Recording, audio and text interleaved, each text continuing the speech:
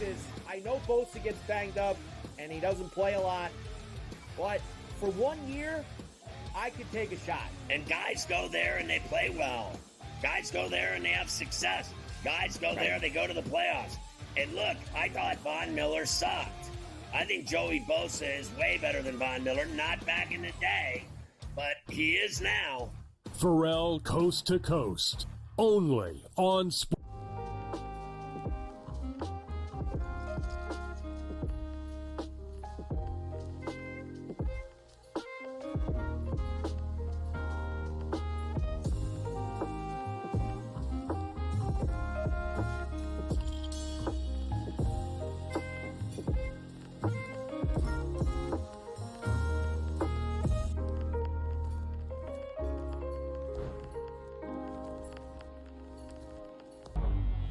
Two guys that can do it all. Too much electricity this morning. This is a good time. We're having a lot of fun. I had to do a triple take. Ka-ching! Why? Because of parity. I didn't mean to offend. Yeah, it's not going to happen. Load management is a dirty word. Let him rip. You know what? Circumstances provide the results. What? How do you do this once? Oh, Donnie, you got such a good show there. A network that is booming. The Early Line, only on SportsGrid. The Gators' resume is excellent. We know how hard it is to win on the road in college. They've won at Auburn and at Bama. Michigan State is 17-5 in quad one, quad twos. Are they a one seed? I think not. They may make claim if they make a run and there's craziness in the SEC. Game time decisions, only on SportsGrid.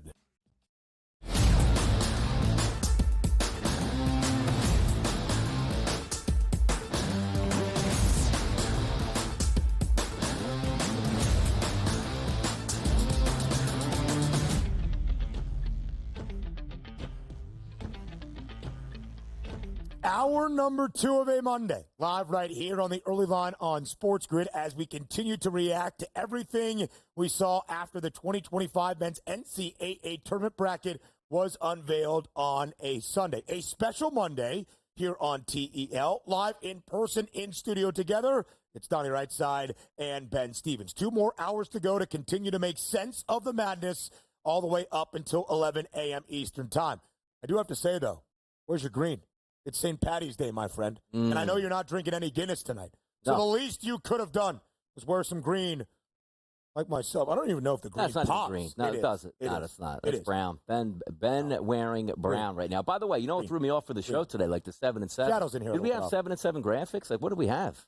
We putting that up now? Can we do it right now? I think we have to get really close to each other. So the frame would work. When you're in studio, though, you don't need the 7 and 7. We got to the Bengals' big news and the blockbuster signings and extensions of Jamar Chase and T. Higgins.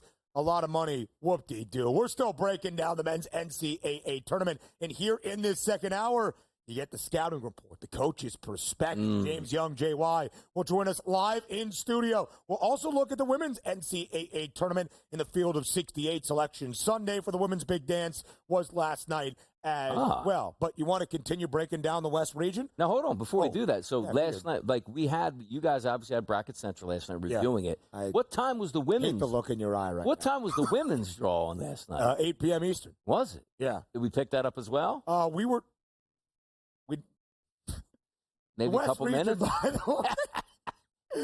I don't want to say anything. We did not dive into our focus was the men's NCAA tournament, understanding we would have some time on this Monday morning for what should be a great big dance. UCLA, the champions of the Big Ten, the number 1 overall seed in the women's NCAA tournament. A couple of teams on that one line.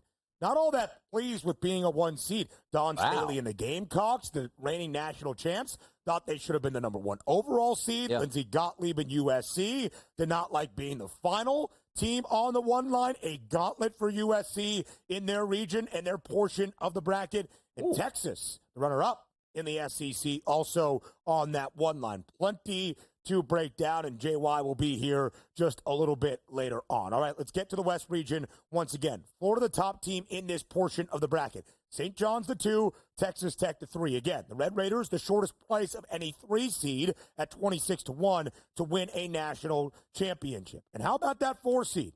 in the Maryland Terrapins. DRS, Maryland, a team that based on their starting five, very, very talented. You have the Big Ten Freshman of the Year as well in Derek Queen. When you look around what the Terps have in their opening round, taking on Grand Canyon, what do you make of the outlook for the Terps in the West region? Very doable. I have them beating Grand Canyon round number 1. I also have them beating Colorado State, who I think is going to beat Memphis as an upset that we always talk about, that 12-5 matchup. But then you're going to run into Florida, which you can't hide for a long time, though. Unless you're like the number 1 seed, if you're not the 1 seed, you can't hide multiple times and say, hey, man, what an easy run to the Final Four. Sooner or later, you are going to catch a heavyweight, and they will do that. However, as you're looking to try to progress down and you say, all right, UConn, sitting there as the 8. Boy, they are set up to get bushwhacked there, Ben. I mean, this is a back-to-back national championship team that's looking to go back-to-back-to-back, and they go, you're going to get an SEC team right off the bat, and congratulations if you win, maybe the hottest team in college basketball, Florida, right off it. If you want UConn to succeed and win those first 2 games,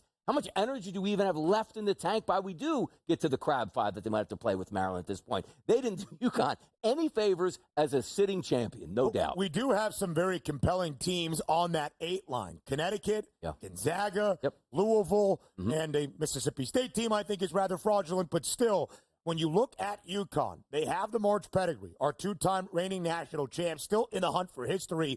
Dan Hurley's Huskies looking to be the first 3-peat winner in men's college hoops since the early 70s, when UCLA and John Wooden had won 7 in a row, dating back to 1967. Interesting matchup for UConn. I think they match up very well against Oklahoma in the opening round, 4.5-point spread in favor of Connecticut. OU, a talented team out of the SEC, but really led by an outstanding freshman in Jeremiah Fears. We often look at the 12-5 matchup as the upset, DRS. In terms of an upset, not from the gambling odds, it's 5 seed lines lower than your opponent. But this would not be an upset based on the odds if CSU is to win. One of the hottest teams entering the tournament, the champions of the Mountain West tournament title. 10 straight wins for the Rams, led by Nico Medved, and they are the 12 seed, but they are a 2.5-point favorite against Memphis. Brand recognition is always the difference in these games. We talked about it with New Mexico earlier. I know Marquette. I don't really know much about New Mexico. Same thing with Colorado State. I know Memphis and heard them before. And Memphis also worried about them getting back one of their superstar players for the tournament run. But I think Colorado State is going to handle their business as at 12-5. And as I said, go up against Maryland to see if they can, you know what? Let me just catch that momentum, hot at the regular season, see if we can pick up some victories. But again, it's Florida in this division. It's Florida in this bracket. And I look at them and say, you know what? It's time to give them a lot of respect because their path isn't easy. Let's just say they do play UConn. Second round, I'm going against the back-to-back national champions with the best, coach in the land coaching them at this point. So there is something to be desired. But that top of the bracket here, I still can't be more impressed with the Florida Gators and what they did at the end of the regular season all the way through the SEC championship and say to myself, boy, they're going to get a tough run from some of these teams, which they will, but it's Florida for me. It really is. 12 of 13 wins for the Gators, including that SEC tournament title, covering in all 12 victories. Colorado State, led by their best player in Nick Clifford, who, of course, was a first-4 team last year, handed a defeat to Virginia, has won 10 in a row, entering the big dance, covering in all 10 wins. And when you look at some of the updated metrics, like on BartTorvik.com, that you can use your time frame for teams playing their best basketball in the last week, 2 weeks, month, since the middle of February. Colorado State, the 8th best team in the country. So many great storylines, DRS, around the West region. How about Drake, the champions of the Missouri Valley, led by Ben McCollum, a record-setting season, 30 wins, the most in program history for a head coach that was very established at the D2 level.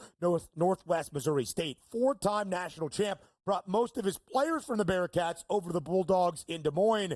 They're the champions out of the MVC, led by the MVC Player of the Year in Bennett Sturts. That's a great 6 versus 11 matchup with a really good Missouri team who's a 6.5-point favorite. And it's one of those games that we'll take a look at. The common person putting in their bets going, you know what, I just watched this. Missouri should handle it. Wait a second. Drake is up 31-30 with 2 minutes to go in the first half. What am I missing here? You're missing a great basketball team that's not going to fold. These are the teams that you figure could be the spoilers and make it to the Sweet 16. And still, it's because, look, they get by Missouri. Then you're going to say, okay, well, who do they have next? probably going to be Texas Tech. Yeah. And I know a lot of people get upset, the people that watch those mid-majors all the way through and say, why does it always feel like they have the toughest runs if they want to make it anywhere in the tournament? And we always think the conspiracy theory is get these teams out so we can have the blue bloods because that makes better television, which theoretically I agree with. But Drake, I'm not going to be surprised if they beat Missouri. I'm really not. Drake, the slowest tempo in college basketball. Yeah. Mizzou would love to play fast. It is a fascinating matchup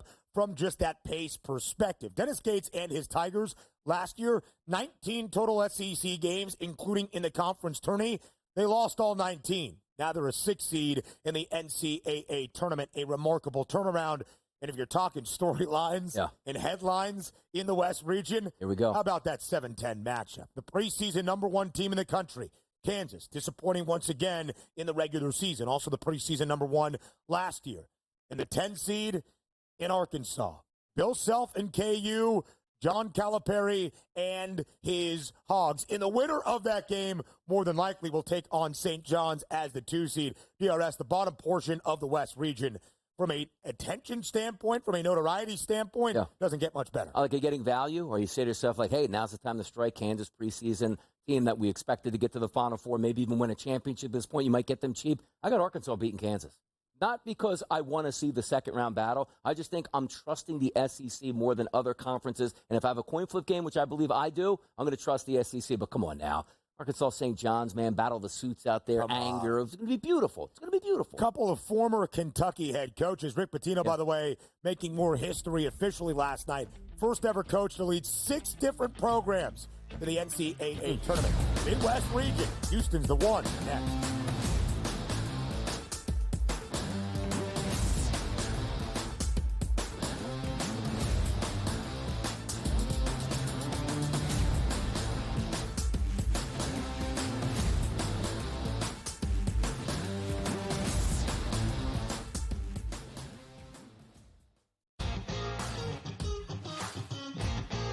Which is a great place to be.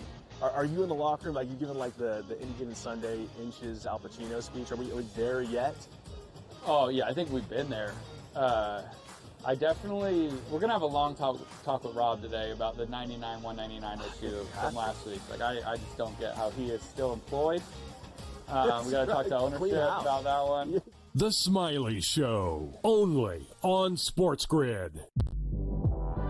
They're also showing a little bit more propensity to take the pull-up jumper, which I think is important for them. Aiden Holloway's been better. Brant Nelson's staying out of foul trouble. Clifford Murray is attacking the offensive boards and being the defensive threat that they need. If Alabama can defend, and they make a run, and they win the SEC tournament, I think they're the 4th #1 seed. Betting above the rim, only on SportsGrid. That is also value to be the best player on the best team. To me, it's Shai Gilgeous-Alexander. There is no doubt about it. The Nuggets probably going to finish, 2nd overall in the conference here, and it's not going to get him the MVP. We'll see how it is down the stretch, and I assume this is going to tighten up, but barring a huge drop-off for OKC as a team, not just SGA, you could probably pencil him in for 30 a night. The early line, only on SportsGrid. The game is on. The stakes are high. But the action isn't just on the field. He's rearranging that rim. Get it inside! SportsGrid's in-game live. Your ultimate second screen experience. A little flyer, 15.5 points live line. Every prop, every play, every day. Anything can happen. It's complete chaos. It's smarter to be on SportsGrid.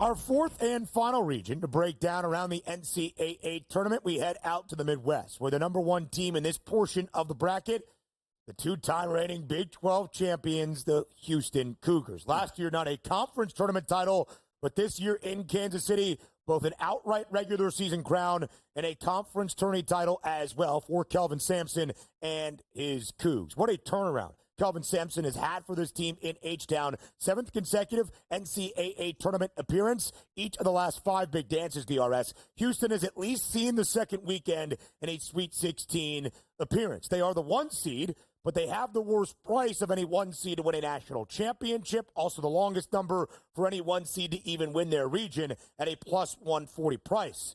The 2 is Tennessee at plus 370. Second best number. That shouldn't be overly surprising.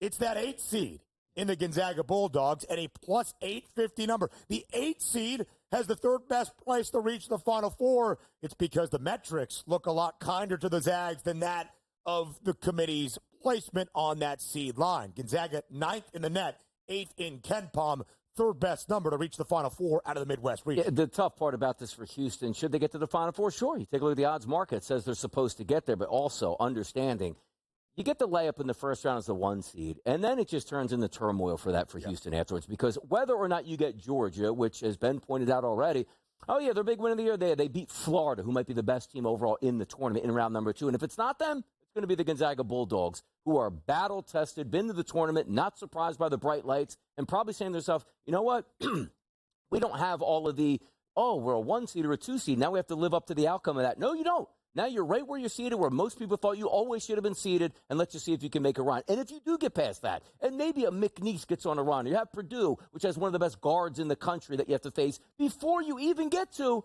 Tennessee in the Elite 8 for Houston. This is the team that I picked out that said if they are going to earn a Final Four trip, they are going to earn a Final Four trip here, Ben. It is a gauntlet. Last year's national runner-up in Purdue is the 4 seed, although the Boilers have a very compelling opening round matchup against the Huskbus and the champions out of the Big South. That would be High Point. I like a lot of points in that game. 2 very efficient offenses, not great defenses on either side. The total of 153.5 as we continue to look around the Midwest region. Gonzaga's opener is against Georgia. Talented team out of the SEC, but the Zags should handle that. They're a 6.5-point favorite.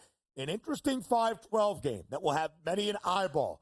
Clemson, an Elite 8 team from a season ago, against a really quality McNeese team, the champions of the Southland for a 2nd straight year, both years that Will Wade has been the head man in Lake Charles. That number right now, 7.5 points in favor of the Tigers, but how competitive is that round of 64 open? I love it. I think it's sensational because look at the schedule for McNeese. Lost to Alabama by 8. Lost to Liberty by 4. Lost to Santa Clara, who's a decent ball club, by 7. Lost to Mississippi State, who's a tournament team, by 3 points. You know what that tells me? It's not like, hey, we're laying in wait, we're hiding. We played an easy schedule. They tested themselves. Did they win those basketball games? No, they didn't. But that shows you that you just can't go, well, Clemson's one of the best teams in the ACC. They should easily dispatch this team. Will Wade is a really good head coach with one of those teams that he built together, which he's not going to be at McNeese all that much longer at this point. The majors, I should say, are going to come calling. But for me, I think McNeese pulls off that upset over Clemson. Like, that's what I'm rooting for. When you get into the numbers, it doesn't look all that great, but you have to understand this. It's hard to compare now like versus like competition. Right. McNeese is the real deal. They really are. They are really good on the defensive end of the floor, which is not something you often see at the mid-major level. You might have some talented offenses. The Pokes can certainly do it. A lot of veteran presence on this team as well. Quadir Copeland, Christian Shoemate, and, of course, maybe America's most popular manager in Amir Khan that leads them out the tunnel each and every time. Last year, people looked at McNeese DRS in a similar spot, 12-5 matchup against Gonzaga. The Pokes got ran out the gym. They lost that game by more than 20 points, hoping for a better result this time around. Tennessee is the 2 seed, 18.5-point favorite against the champions out of the SoCon. That would be Wofford. The Terriers back into the big dance for the first time since 2019. Bottom portion of that bracket, I think there is some opportunity to make a run. We talked about Tennessee, the 2. Kentucky is the 3. They will take on Troy, the champions from the Sun Belt. First time for the Trojans into the NCAA Tournament in their 6 seasons, led by head coach Scott Cross. Kentucky doesn't play a lot of defense. They're a 10.5-point favorite. If Kentucky were to get to their round of 32 matchup and take on Illinois, a team that is also not known for its defense, I'll tell you right now, it's a blind bet to the over of whatever that total is. It would be a blind bet to the over. But also understanding this, it feels like that's the perfect matchup for Illinois at that point for me. When I look at Illinois and how they play a basketball game in the Big Ten, it's like, yeah, they can get out and run, but some of those teams, like let's just say Michigan State, can slow down, play good defense, and frustrate them. Kentucky's not going to frustrate them. They're going to go up and down the court, which, again, will feed into a higher scoring number. For me, I have Illinois getting through, but also Tennessee. I've been beating Wofford. I've been beating Utah State there because I think Utah State has a legitimate chance to upset UCLA. So in that Sweet 16 matchup, Illinois and Tennessee, defense versus offense. I usually lean towards defense at that point. So Tennessee, I think they should wind up in the Elite Eight. Both you and I were pretty high on the Illini and the Boilermakers to make some noise this past weekend in Indianapolis in the Big Ten tournament.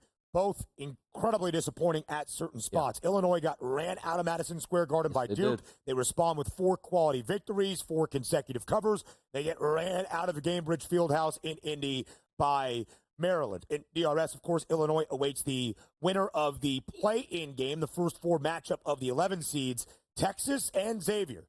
The Longhorns' 7 Quad 1 victories presented plenty of Quad 1 opportunities in the SEC, and now healthy. They entered the SEC tournament having dropped 7 of their final 9 games in the regular season, but they get back one of their vocal leaders, one of their defensive leaders in Kendall Weaver, and they have one of the most talented freshmen in the country in Trey Johnson. They take on the Musketeers Wednesday night in Dayton. Again, if I'm looking for a Dayton, and we always know the rim's a little bit tighter in Dayton, a little bit tough, quick turnaround, logistics are always tough. I lean on the team that had the tougher conference schedule, and that's Texas for me by far, because if I'm looking at a team that's in the tournament that I think can do some damage or maybe can, it's not so much the games that they lost, it's more the games and they win. What's their A level? What is their A-plus level game? Can they handle their business? That's where I'm going to go in that game. It's Texas for me. Bad defeats can keep you out of the big dance, but you also want to prove you have the quality of a team capable of knocking off teams they're going to see now in the NCAA tournament. I don't care if you can win a Quad 3 game. Can you beat the teams in front of you on your march through the madness? Texas, the 2.5-point underdog.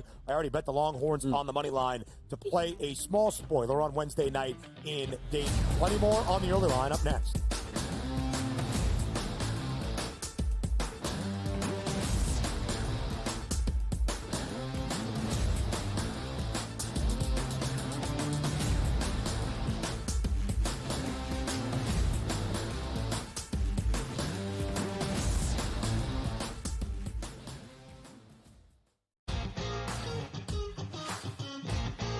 Which is a great place to be. Are you in the locker room? You giving the Any Given Sunday Inches Al Pacino speech? Are we there yet? Oh yeah, I think we've been there. We're gonna have a long talk with Rob today about the 99-199 issue from last week. I just don't get how he is still employed. We gotta talk to ownership about that one. The Smiley Show, only on SportsGrid. They're also showing a little bit more propensity to take the pull-up jumper, which I think is important for them. Aiden Holloway's been better.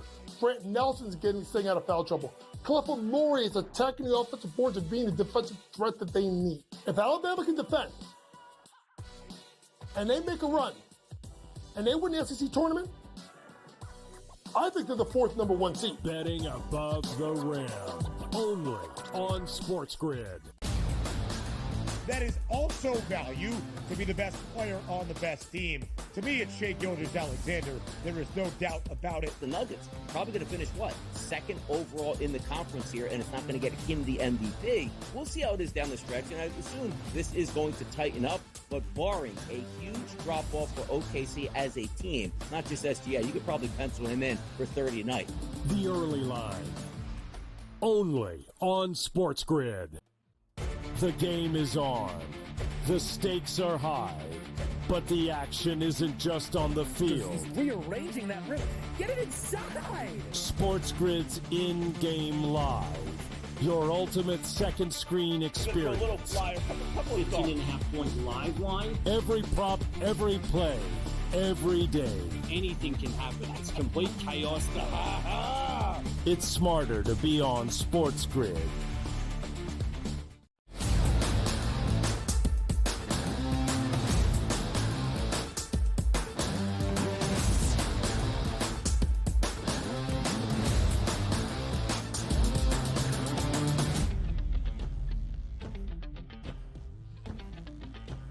Of course, with a country focused on college basketball, some headlines from around the weekend outside of who made the field of 68 in the men's NCAA tournament. 3 years for Villanova without seeing the big dance. DRS, of course, some changes are probably going to be made on the main line. After a 3-year tenure, replacing a legend that was Jay Wright, Kyle Neptune's time as Nova's head coach has come to a close. Neptune fired at the conclusion of Villanova's appearance in the Big East tournament, falling in their second game to UConn. No real surprises, DRS, when you're a Villanova team and a program that has failed to go dancing for 3 consecutive seasons, that Neptune gets the axe. And also tough shoes to fill overall. I mean, you're filling in for Jay Wright, multiple-time national champion at a historic program like Villanova. When he steps away, you're hoping for that extension, which means still some of Jay Wright's guys in there. Get your foot in the door. Maybe you struggle in year number 1. Maybe you make the tournament, maybe you don't. But everything after that in the landscape of college basketball is on you, because this is no longer, let me get 4 recruiting classes in here to make sure that I understand that everybody's on the same page. Everybody has the transfer portal. You can be horrible one season, like the Missouri Tigers in the SEC, bring in some transfers, new coach, change the game here, and bang, there you go, right back in it to the tournament you go. But for Villanova, to go 17-17, 18-16, and 19-14 without making it into a conference tournament, making it into the March Madness dance, that's unacceptable. But also understand this too, Ben. Yeah. The longer you get away with saying, well, maybe you can turn the corner. You're 3 years down the road, 4 years. Now kids are going like, I don't even remember when Villanova was good. Why would I go to that program? As opposed to Jay Wright going in your living room. You want to make the NBA? You want to be a great guard? You want to win here and go to a great school? You come here. I'm like, you know what? I can buy into that. Buying into Villanova right now, tough sale. You start to lose some of that national relevancy that Jay Wright had built with 2 national championships in 2016 and 2018. It is a very difficult thing to be the guy after the guy, right? To be that bridge gap, trying to start a new era on the main line for Villanova. Did not work out for Kyle Neptune, who, of course, was an assistant under Jay Wright for a very long time, then coached at Fordham in the interim before he was hired at Villanova now over 3 years ago. This year, a little bit more difficult to swallow as well. He had the nation's leading scorer in Eric Dixon and still unable to reach the NCAA tournament. More coaching changes on Friday in the Big Ten. After 15 seasons in Iowa City, Fran McCaffrey ousted by the Hawkeyes in his final moment, DRS, in a game where Iowa was getting beat by Illinois in a high-scoring affair on Thursday night in Indianapolis. Fran, as he was often comfortable doing, if you will say, or often able to do, got ejected for losing his cool a little bit and barking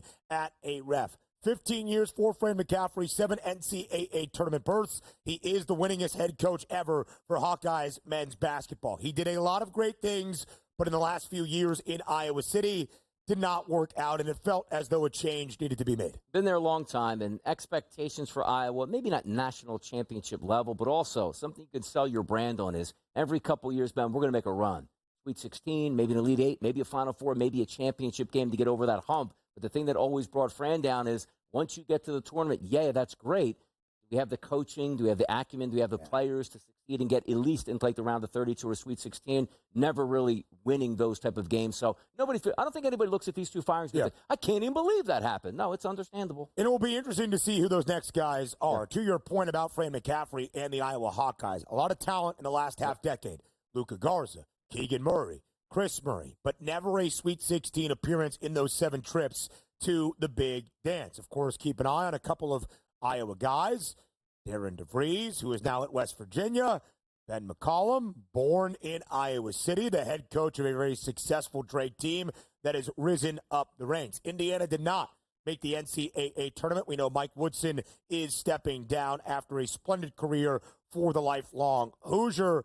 Many names to pay attention to around these programs. There was some thought, maybe DRS, that Kevin Willard, Maryland's head coach, could be in consideration for the Villanova job. The Terps said, well, take all that Under Armour money and pay Kevin Willard, now a top 10 highest paid coach in college basketball, big-time extension ahead of Selection Sunday. And by the way, good coaches out there love openings where their agent be like, maybe my guy's in line for this job. And if you're a good coach, you certainly don't want to leave your university, and your university doesn't want you to leave, and that means more money in your pocket. The minute you're mentioned for another job when you're a good head coach, instant payday for the guys. Congratulations. I think James Franklin got a raise with Villanova. You're right. Coming out Exactly. for a job as things happen. All right, next up, we go around the National Football League. A ton that has happened this weekend, and, of course, the big news late last night on a Sunday, the big-time contract extensions. In Cincinnati, finally footing the bill for its two talented wide receivers. Both Jamar Chase and T. Higgins just got paid. NFL News and Notes up next.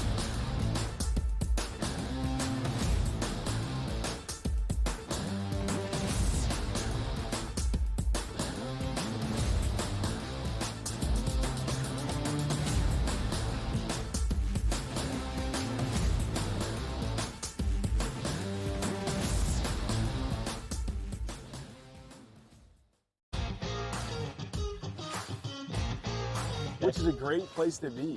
Are you in the locker room, like you giving like the Any Given Sunday Inches Al Pacino speech? Are we there yet?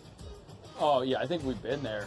We're gonna have a long talk with Rob today about the 99-199 issue from last week. Like I just don't get how he is still employed.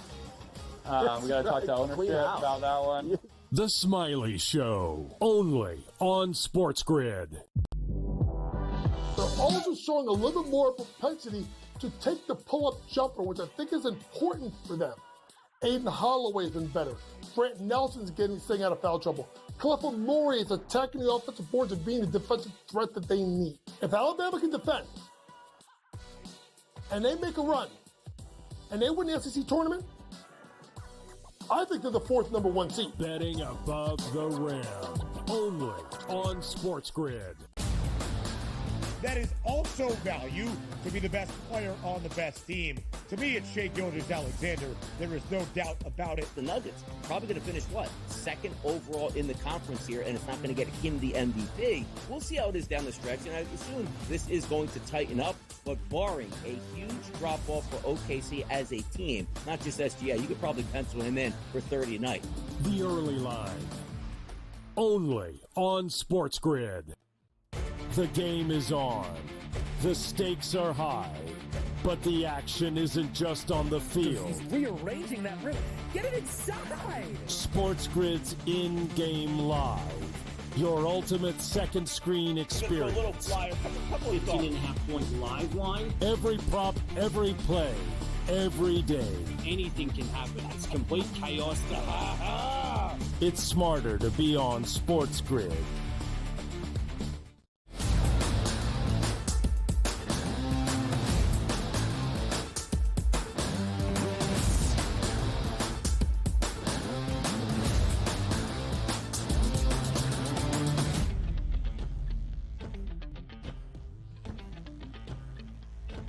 Who's loving talking about all this college basketball action? Well, certainly we are right here with the early line, live in studio on a Monday, a day after Selection Sunday. We'll get back to all the news and topics here. We got Coach JY coming up with us so we can analyze who's going to win, who's going to lose, first four, everything you need to stay involved in the NCAA tournament. Let's understand one thing. The NFL, first and foremost, people are getting paid. And how about getting paid in Cincinnati? Something that we didn't think was going to happen. How about both wide receivers, Jamar Chase and also T. Higgins, record-breaking contract extensions? Chase, 4 years, $161 million, which includes $112 million guaranteed. Higgins, 4 years, $115 million, and guaranteed for the first 2 years. So now we have Joe Burrow, high paid at quarterback, double wide receiver tandem, points galore at this point. But the questions always settle in for us. Yes, we love the signings of the two wideouts. Yes, we love the quarterback being in town. No, we don't love a defense that can't stop anybody, and if there's money left over. So, Ben, we look at this deal and say, yeah, fun the bet, but if we did it last year, maybe we could afford a defense in Cincinnati. The Bengals were a big-time over team a season ago. That seems to be the recipe this time around. Al Golden, new defensive coordinator in Cincy, who was last year the DC for a Notre Dame team that finished national runner-up in collegiate football. He was probably like, so what about that Trey Hendrickson guy? We traded him or we trying to get him back? How about Jermaine Pratt, one of our defensive leaders as well? That is the story, DRS, for the overall outlook. I'm glad the Bengals came through on their promise to at least pay two of their three guys of this young core and trio where everybody deserved to be paid.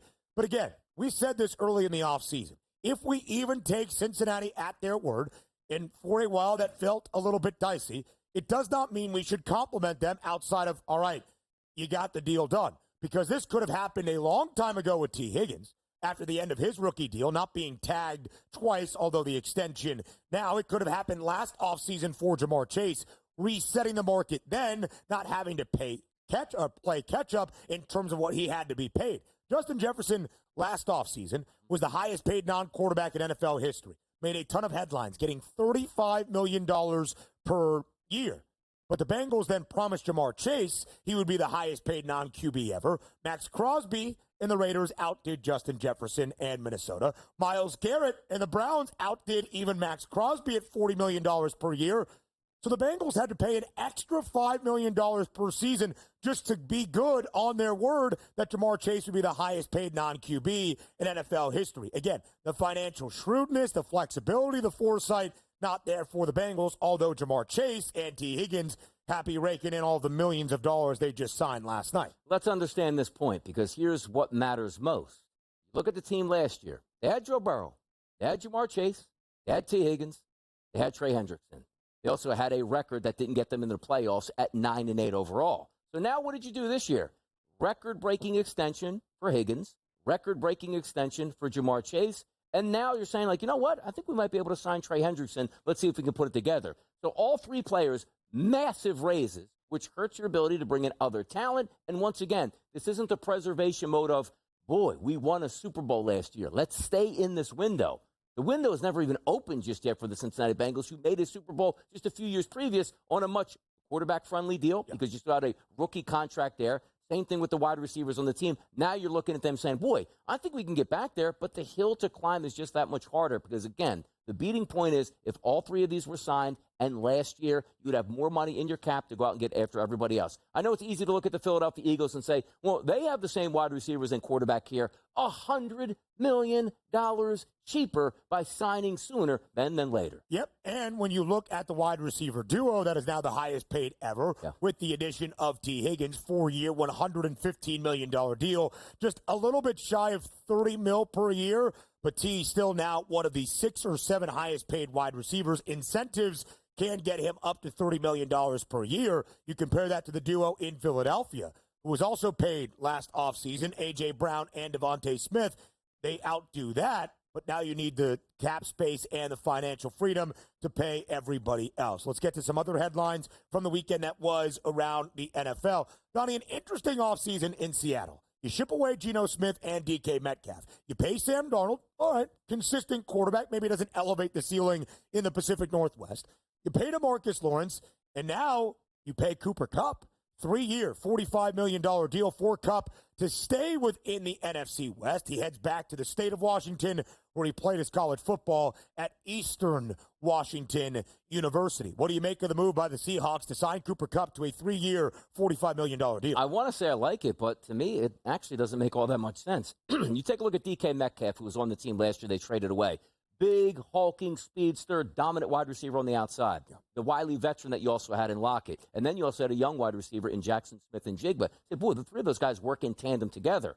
So now you're left with Jackson Smith and Jigba, and you say, we got to add some talent. Cooper Kupp's the talent. Like, Jackson Smith and Jigba played a lot out of the slot last year. Cooper Kupp's going to be an outside wide receiver at this point now. And also understand this. You didn't sign him on like a vet minimum or a 1-year, $5 million prove-it deal. You take a look at that number, 3 years and $45 million, as if he's still an upper echelon wide receiver. Can he get back to the ways that he was maybe 2 to 3 years ago? Could be, but in the NFL, time doesn't go backwards. It moves forward at this point. And you are looking at a guy playing in an organization where he's one of the best in football, and that organization at the end of it goes, we're not even going to design plays for you at all, and good luck, we're cutting you in the future here. I don't get it. Yeah, Seattle. Donnie, you praise Seattle for having an understanding of their reality, of their context, and being like, hey, it's year number 2 for Mike McDonald at the helm in the Northwest, but let's peel things back. We're not going to pay DK Metcalf. We're not going to pay Geno Smith. They were in this interesting kind of limbo area where you're with a second-year head coach now. You're not just trying to figure it out, peel everything back so you can be bad and then draft a quarterback of the future. They get a couple of fine pieces in there, but they're almost investing, but not investing in the guys they already had.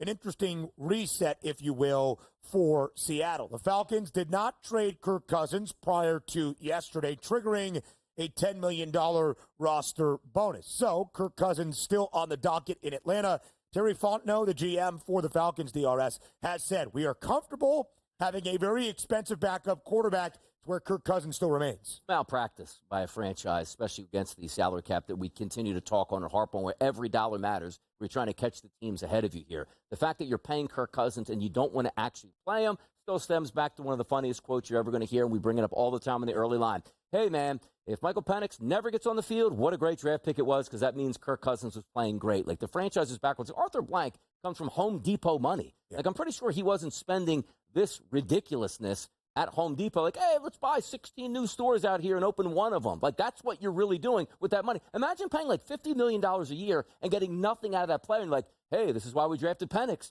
That makes no sense at all. So whatever they do makes no sense. And if they're figuring that, if they show the rest of the NFL, Ben, that we're really serious about keeping Kirk Cousins, maybe we'll get a draft pick, everybody knows the score. Cut him. We're getting him for free. It is a very interesting move by the Atlanta Falcons, because you have a lot that you are on the hook for financially for Kirk Cousins. I guess it's an idea of value. If you keep Cousins on the roster for this second year of his 4-year deal, you've now already paid out $100 million to Kirk Cousins, which is the amount that was fully guaranteed to Cousins just last offseason. So instead of 1 year for $90 million or 1 year for $100 million if you trade him away, if you keep him on the roster as that expensive backup, it's 2 years for $100 million, balanced out at $50 million per year. Not entirely sure that makes the most sense. Mekhi Becton, who had a great year in Philadelphia at the guard spot, probably going to be too rich for the Eagles to retain. He signs in Los Angeles with the Chargers.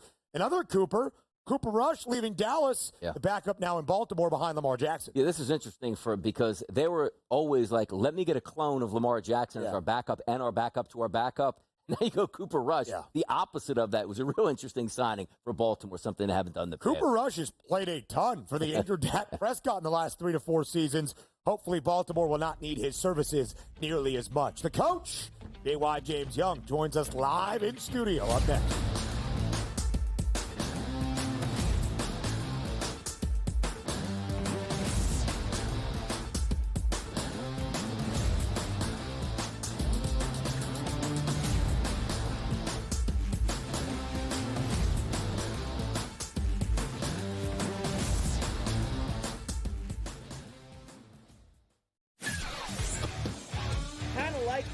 I know Bosa gets banged up and he doesn't play a lot, but for 1 year, I could take a shot. And guys go there and they play well.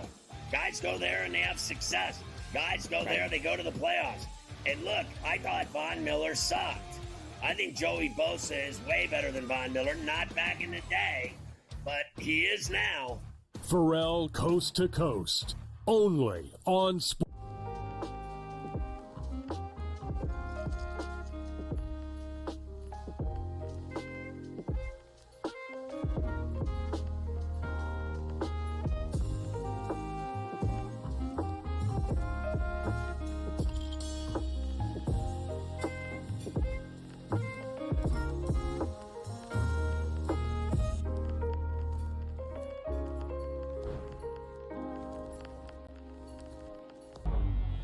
Two guys that can do it all. Too much electricity this morning. This is a good time. We're having a lot of fun. I had to do a triple take. Ka-ching! Why? Because of parity. I didn't mean to offend. Yeah, it's not going to happen. Load management is a dirty word. Let him rip. You know what? Circumstances provide the results. What? How do you do this one? Oh, Donnie, you got such a good show there. A network that is booming. The Early Line, only on SportsGrid. The Gators' resume is excellent. We know how hard it is to win on the road in college. They've won at Auburn and at Bama. Michigan State is 17-5 in quad one, quad twos. Are they a 1 seed? I think not. They may make claim if they make a run and there's craziness in the SEC.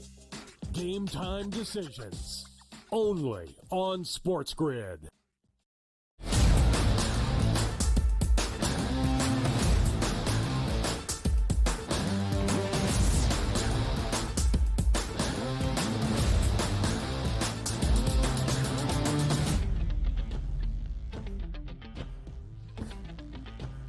Welcome back to the Early Line, live right here on this Monday morning on SportsGrid. The coach joins us live in person in studio as well. That is James Young, JY. We were together last night on Bracket Central Selection Show, reacting to all we saw once the NCAA Tournament bracket here in 2025 was released. And JY, we will continue to do that here on this Monday on TEL. We will set the stage for everything that you need to know before you fill out your bracket. We will make sense of the madness. We will give you round of 64 looks. We will talk about the upsets and, of course, the march through the madness all the way to a Final Four in San Antonio. JY, thank you for being here bright and early on this Wednesday.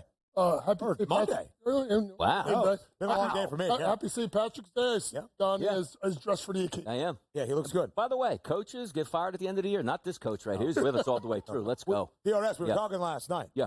Rick Pitino, Richard Pitino. Yes. First father-son duo ever Yeah. to win Conference Coach of the Year awards in the same season. We're thinking that one of JY's daughters become a head coach. Wow. Maybe the distinction carries over to the SportsGrid network with the young family. Well, if that happens, I'll be the first because I haven't got a Coach of the Year yet. That's fine. Maybe, We'll work on that. Maddie or Juliana.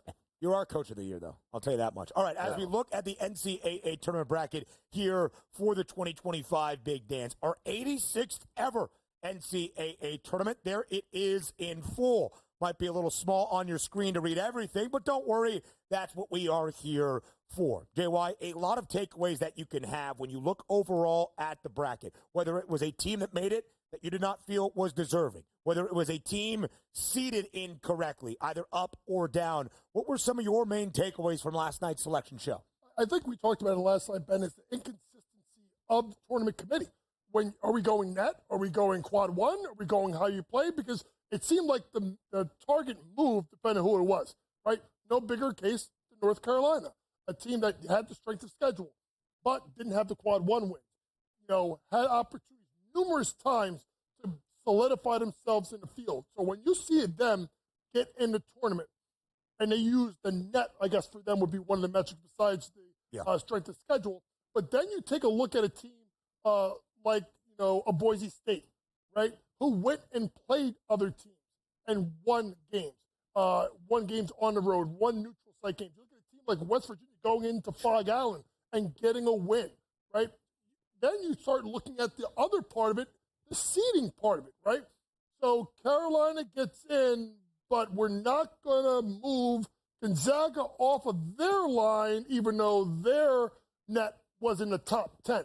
I just thought it was wildly inconsistent who got in and where teams got seeded. It isn't, because the thing that Ben and I were talking about, Coach, was it wasn't that if we're upset that UNC got in, but the talking points for even coming into the ACC tournament was, well, look at this. Carolina's got to make a run and win that thing or they're going home. They didn't even get to the ACC championship game and still made it in. And the expectations when we saw the coaches talking about it last night and also the commissioners was like, well, yeah, we're going to move them off one line and put them back in. I don't need that information at the end of it. Give me that information, more of it. But having said that, if we look at the one seeds, Coach, is there a region or a one seed that you feel got overseeded on the one line, underseeded, and also which one seed do you think has the toughest task here in the tournament? Well, I think first things first, when you look at it, I think the one seeds were right. Yes, right? If you think of the totality of what the season was, now, could you argue, should Auburn been the overall one seed, losing 3 of the last 4 games? I think it could have been Duke. I think you could have made a case for the fact that they also beat, I know it was in Cameron, but they have a head-to-head win. Sure. You can look at Florida with the fact that they're playing, really, let's be honest, folks, they had the best weekend out of anybody in the way that they played. Houston's been dynamic. So to me, yeah, that's the only thing. Not who got seeded 1, but where they lie in that overall number 1 seed could be a little bit of an argument. When you start looking at, like, who's in the most danger, you got to look at, I'll say this, Duke has the easiest path in their top half for the draw. I don't believe in Mississippi State or Baylor. Ben and I talked about it. Liberty could pick off Oregon. Akron could pick off Arizona. All those things are absolutely in play.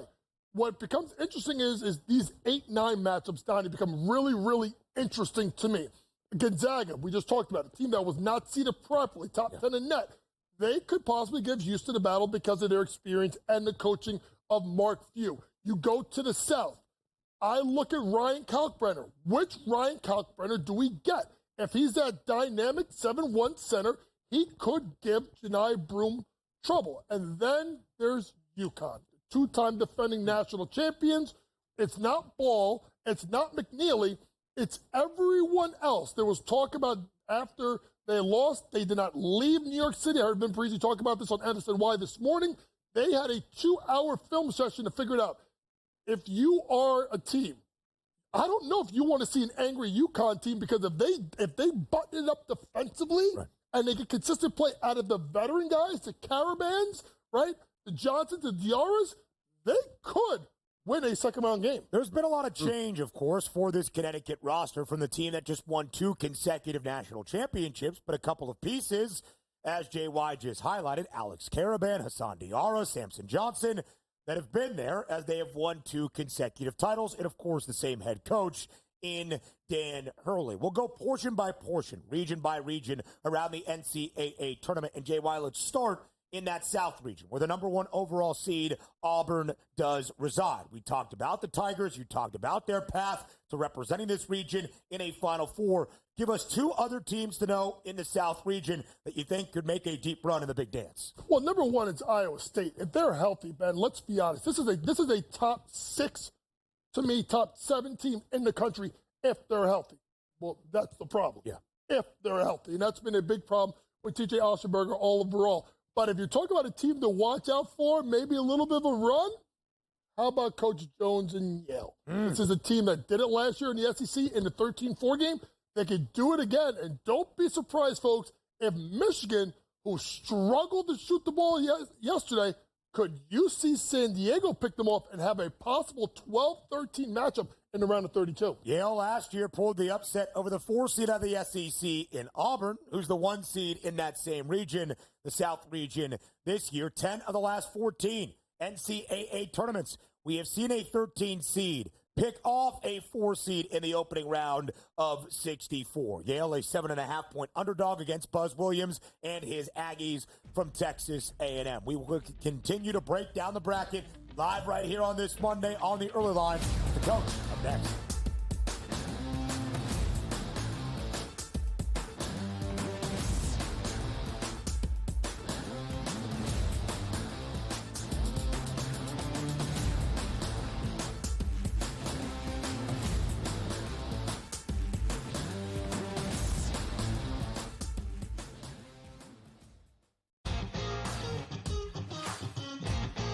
Which is a great place to be. Are you in the locker room, like you giving like the Any Given Sunday Inches Al Pacino speech? Are we there yet? Oh yeah, I think we've been there. We're gonna have a long talk with Rob today about the 99-199 issue from last week. Like I just don't get how he is still employed. We gotta talk to ownership about that one. The Smiley Show, only on SportsGrid. They're also showing a little bit more propensity to take the pull-up jumper, which I think is important for them. Aiden Holloway's been better. Grant Nelson's staying out of foul trouble. Clifford Murray is attacking the offensive boards and being the defensive threat that they need. If Alabama can defend, and they make a run, and they win the SEC tournament, I think they're the 4th number 1 seed. Betting above the rim, only on SportsGrid. That is also value to be the best player on the best team. To me, it's Shai Gilgeous-Alexander. There is no doubt about it. The Nuggets probably going to finish, 2nd overall in the conference here, and it's not going to get him the MVP. We'll see how it is down the stretch, and I assume this is going to tighten up, but barring a huge drop-off for OKC as a team, not just SGA, you could probably pencil him in for 30 a night. The Early Line, only on SportsGrid. The game is on. The stakes are high. But the action isn't just on the field. He's rearranging that rim. Get it inside! SportsGrid's in-game live. Your ultimate second screen experience. 15.5-point live line. Every prop, every play, every day. Anything can happen. It's complete chaos. It's smarter to be on SportsGrid.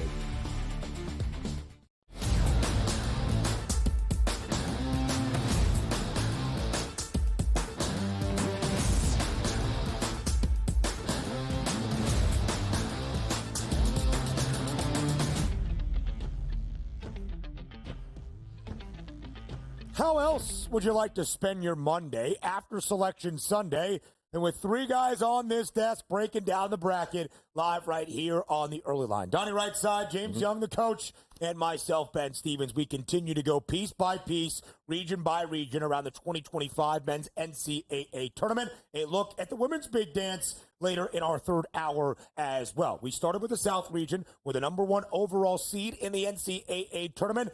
That would be the Auburn Tigers resides. Now let's go to the East region, JY. Duke on the top line out east. And, of course, the national championship favorites as well on this Monday morning at plus 310. You said of all 4 1 seeds, Duke had the easiest path. Why?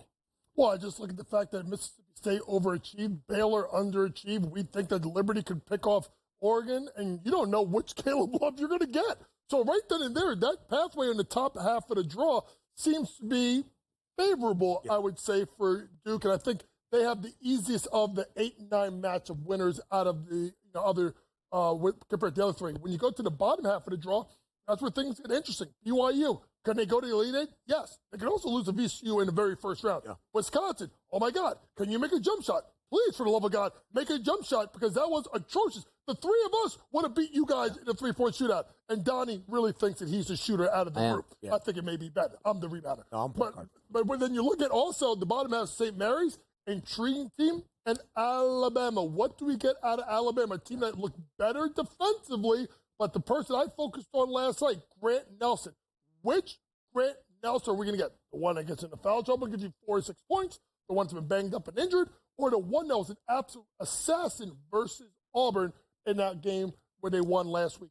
Coach, I want to talk to you about Duke here because let me put you in the coach's seat. You got Cooper Flagg, maybe the best team overall in the country with the best player.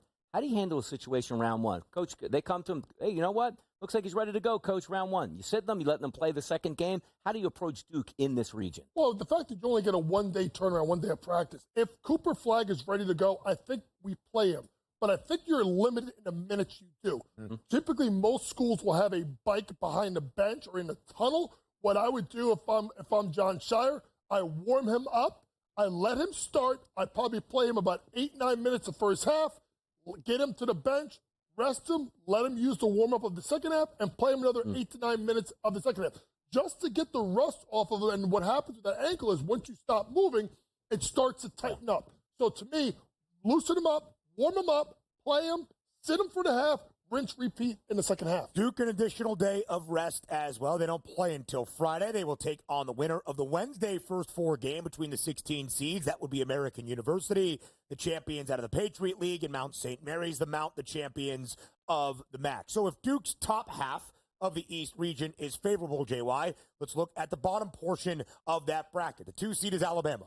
They can outscore anybody in college basketball. But because of the tempo, the defense can be a little bit shaky. We mentioned Wisconsin, Big Ten tournament runner-ups, an offense that has been lights out this year in Madison.